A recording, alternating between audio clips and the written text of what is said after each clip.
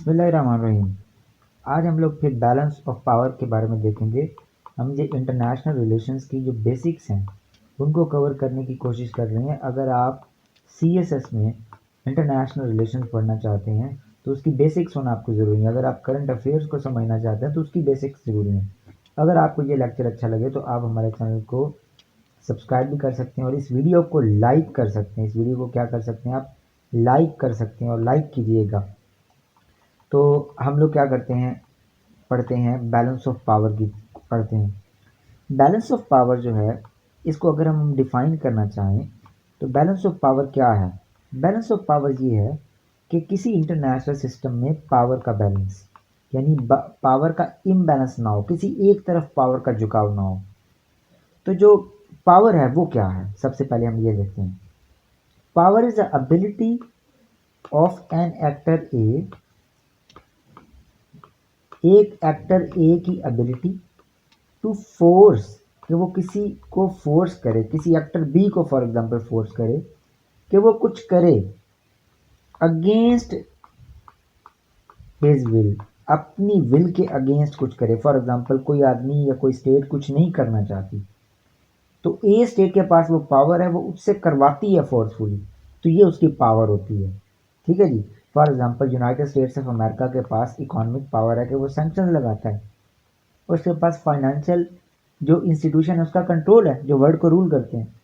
तो उसकी ये पावर है कि वो किसी दूसरी स्टेट को सैंक्शंस का डर करवा के कुछ ना कुछ करवा ले। इसको क्या कहते हैं, पावर।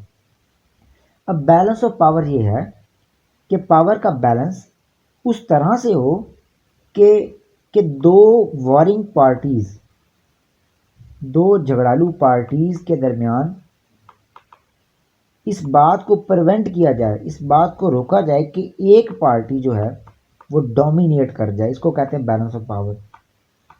यानी अगर दो पार्टीज के दरमियान क्या है, दो पार्टीज के दरमियान बड़ा फायर्स कंपटीशन है दो पार्टीज के दरमियान, तो बैलेंस ऑफ पावर ये है कि एक पार्टी को डोमिनेट ना करने दिया जाए, यानी दोनों पार्टी जो है वो उनका बैलेंस रहे पावर का। इसको क्या कहते हैं हम, इसको बैलेंस ऑफ पावर कहते हैं इंटरनेशनल रिलेशंस के अंदर। ये जो बैलेंस ऑफ पावर है ये हैंस जे मॉर्गन्थु के मुताबिक, उनके मुताबिक जो इंटरनेशनल पॉलिटिक्स है उसका एक बहुत ही अहम रुकन है, यानी कि इंटरनेशनल पॉलिटिक्स का बहुत ही अहम लॉ है बैलेंस ऑफ पावर। और हर एक दौर में आप कहीं ना कहीं बैलेंस ऑफ पावर के कंसेप्ट को देखेंगे। तो बैलेंस ऑफ पावर का जो कंसेप्ट है इसकी दो टाइप्स हैं बेसिकली। एक हो सकता है, ये लोकल भी हो सकता है, किसी एक छोटे से रीजन या दो स्टेट्स के दरमियान, टू स्टेट्स के दरमियान बैलेंस ऑफ पावर चल रहा है, वो अपनी पावर को बैलेंस करने की कोशिश कर रही हैं। या ये रीजनल हो सकता है, फॉर एग्जांपल जो ईयू है वहाँ पे जो बैलेंस ऑफ पावर होगा तो हम उसको क्या कहते हैं, हम उसको ये कहते हैं कि वो फिर क्या है, रीजनल बैलेंस ऑफ पावर है यूरोपियन यूनियन में। ठीक है जी। ये बैलेंस ऑफ पावर की दो और भी एग्जाम है। या तो ये कम्प्लेक्स हो सकता है, जैसे पाकिस्तान और इंडिया के दरमियान है, पाकिस्तान और इंडिया के दरमियान है कि दोनों स्टेट्स जो हैं वो एक दूसरे से बढ़तरी हासिल करना चाहती हैं। या फ्लैक्सिबल हो सकता है कि बराबरी चाहती हैं दो पार्टीज, अपने दरमियान पावर की बराबरी के लिए बार बार बैलेंस ऑफ पावर करने की कोशिश करती हैं। जैसे कोल्ड वॉर के दौरान हमने देखा कि यूएसए और सोवियत यूनियन यूएसएसआर ये आपस में ये जो थे वो फ्लेक्सिबल बैलेंस ऑफ पावर करते रहे। ठीक है जी। तो इंटरनेशनल पॉलिटिक्स में हैंस जे मॉर्गन्थु के मुताबिक ये जो लॉ है, बैलेंस ऑफ पावर का जो लॉ है, ये बहुत ज़्यादा अहम है।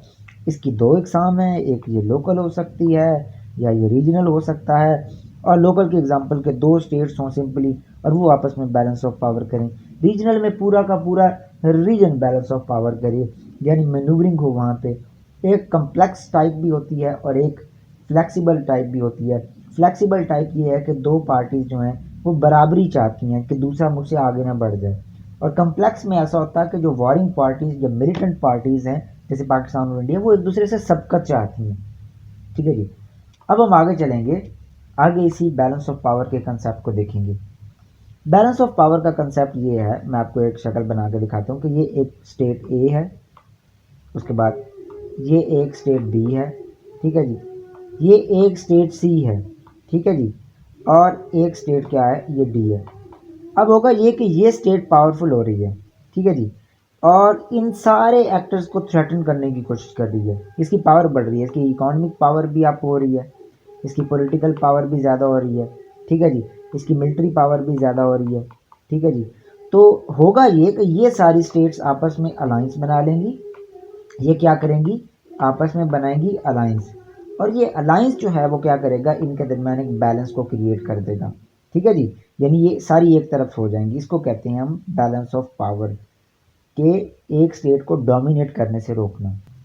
तो हम लोग देखते हैं कि जो ए स्टेट है ये बहुत पावरफुल है, तो बी स्टेट जो उसकी दुश्मन है वो लेस पावरफुल होगी।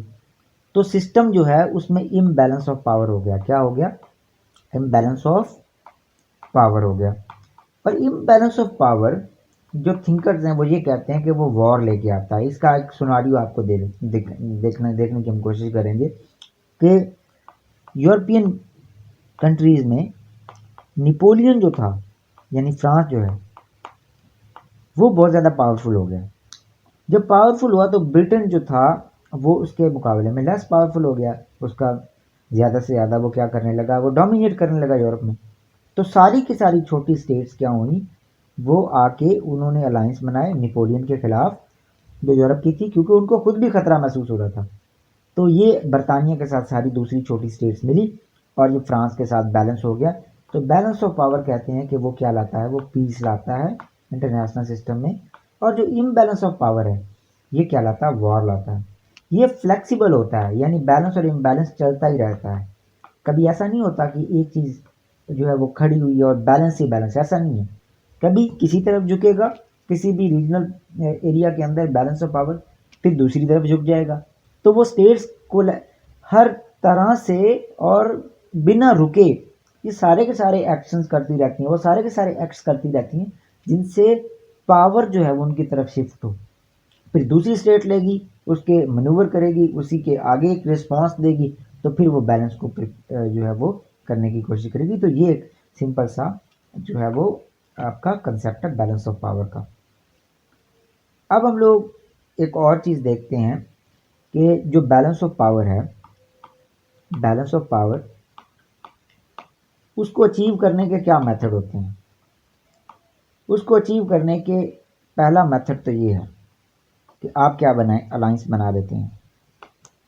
For example United cold war चल रही थी, यूएसए ने क्या किया, उन्होंने एक अलायंस बनाया जिसको हम कहते हैं नेटो, ठीक है, मई 1949 में। जब ये अलायंस बनाया तो बैलेंस ऑफ पावर अमेरिका की तरफ शिफ्ट हो गया, यानी इम्बैलेंस हो गया पावर का, पावर शिफ्ट हो गई अमेरिका की तरफ। तो फिर यूएसएसआर ने क्या किया, यूएसएसआर ने वार्सा पैक्ट किया, उसने भी एक अलायंस बनाया ईस्टर्न जो सैटेलाइट स्टेट्स थी उसकी। तो उससे 1955 में उससे फिर क्या हो गया, बैलेंस ऑफ पावर हो गया, यानी अलायंस के जरिए से दोबारा बैलेंस ऑफ पावर। तो एक तरीका जो होता है बैलेंस करने का वो क्या आता है, अलायंस होते हैं, ठीक है जी। अब जो दूसरा मेथड है वो क्या है, वो है कि बफर का बना लेना, बफर स्टेट को बनाना। बफर स्टेट क्या होती है, बफर स्टेट वो स्टेट होती है जो दो वॉरिंग सुपर पावर्स के दरमियान एक न्यूट्रल स्टेट होती है। फॉर एग्जांपल अफगानिस्तान जो था ये बड़े अरसे तक बरतानिया और रशिया के दरमियान क्या करता रहा, एज अ बफर काम करता रहा, ठीक है, अफगानिस्तान। फिर कोल्ड वॉर के दौरान यही अफगानिस्तान क्या हुआ, कोल्ड वॉर के दौरान यूएसएसआर और यूएसए के दरमियान क्या करता रहा, एक बफर का काम करता रहा, न्यूट्रल, कि यहाँ पीछे मेरी टेरिटरी है, आगे तुम्हारी टेरिटरी है, ठीक है, टेरिटरी। तो ये दूसरा तरीका क्या है स्टेट्स का, वो बफर स्टेट बनाना जो है वो उनका एक तरीका। तीसरी चीज़ क्या है, तीसरी ये है कि आर्मामेंट करना, कि एक स्टेट ने कोई वेपन खरीदा, वो उसके तोड़ करने वाला वेपन खरीद लेगी, यानी इम्बैलेंस ऑफ पावर हुआ। तो दोबारा बैलेंस कैसे हो गया कि उसने भी अपने जो है वो डिफेंस सेक्टर को ज़्यादा पैसे एलोकेट किए, अपनी टेक्नोलॉजी को मॉडर्नाइज करे। और फिर डिस आर्मामेंट भी होता है कि यार इम्बैलेंस हो रहा है तो हम बैलेंस कर लेते हैं, कैसे, हम एनपीटी कर लेते हैं। ये एनपीटी क्या होता है, 1968 में हुआ था। इसका मतलब ये है कि P5 के अलावा कोई कंट्री भी न्यूक्लियर वेपन नहीं रख सकता। CTBT, ठीक है, कि कोई भी बंदा न्यूक्लियर वेपन को टेस्ट नहीं करेगा। तो आर्मामेंट और डिसआर्मामेंट, इनके ज़रिए से भी क्या किया जा सकता है, बैलेंस ऑफ पावर को अचीव किया जा सकता है। अब इसके ऊपर क्रिटिसिज्म भी है, तो हम ये क्रिटिसिज्म देखते हैं बैलेंस ऑफ पावर पे। क्रिटिसिज्म इस पे ये है जनाब कि पहली तो बात है कि पावर जो है ये एक क्वांटिफाइएबल क्वांटिटी नहीं है। मतलब इसको हम क्वांटिफाई नहीं कर सकते। कभी आपने देखा कि इतने किलो पावर एक साइड पे हो, दूसरे साइड पे इतने किलो पावर है, तो क्या हो गया जनाब, बैलेंस ऑफ पावर हो गया? ऐसा नहीं होता। स्टेट्स की जो पावर है ना, वो शिफ्ट होती रहती है। वो बिजली की तरह नहीं होती कि आपको पता हो कि इतनी जनरेट हो रही है, क्योंकि स्टेट्स नए बंदे रिक्रूट करती रहती हैं, स्टेट्स नई टेक्नोलॉजी लाती रहती है, तो उनकी परपैचुअली पावर जो होती है वो अप डाउन होती रहती है। तो उसको क्वांटिफाई करना ही नामुमकिन है। उसको आप मुमकिन ही नहीं है कि आप किसी स्टेट की पावर को एक्चुअल में क्या कर सकें, क्वांटिफाई कर सकें। आप अंदाजे ज़रूर लगाते हैं। फिर उसके बाद पीस और वॉर इतनी सिंपल नहीं है कि आप कहें कि जनाब बैलेंस ऑफ पावर है तो पीस होगा, इम्बैलेंस पावर है तो वॉर है। ऐसा नहीं है। ये बड़ा कम्प्लेक्स फिनोमिना है। बहुत सारी चीज़ें, इकोनॉमिक, कल्चरल, आपके आइडियाज़, आपका जो सोशल सिस्टम है, इन सब चीज़ों पे भी जो है वो डिपेंड करती है आपकी वॉर इस पे भी डिपेंड करती है। रिसोर्सेज के लिए फ़ाइट करना, इन सारी चीज़ों पे भी वॉर डिपेंड करती है। खाली ये कह देना कि बैलेंस ऑफ पावर्स आपकी सारी चीज़ को एक्सप्लेन कर रहा है, तो ये थ्योरी मुकम्मल नहीं है। ये थ्योरी एक चीज़ जो दिखाती है, आप ये तो कह सकते हैं कि balance of power, imbalance of power एक फैक्टर है पीस और वॉर का, लेकिन आप ये नहीं कह सकते कि इसी पे ही सारा कुछ डिपेंड करता है।